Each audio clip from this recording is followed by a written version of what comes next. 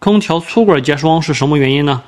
一个粉丝发来问题：我家的一台空调晚上开的时候，铜管的大管会结霜，问了好多师傅没能解决，问一下我们看一下视频。我装在这个位置是不是这个空间太小的问题？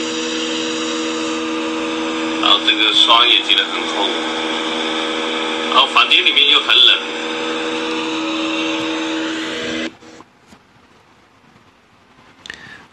我告诉粉丝是管路折扁或者内积太脏，粉丝回答说呢，内积已经清洗过，这样就怀疑是管路的问题。然后前几天呢，他让师傅过来检查管路，最终呢发现确实是管路折扁，在这个位置。那么这个管路结霜，它的原因是什么呢？我在前边视频里发过啊，大家可以去看看啊，就是这个视频。空调不是冷了，到外地一看，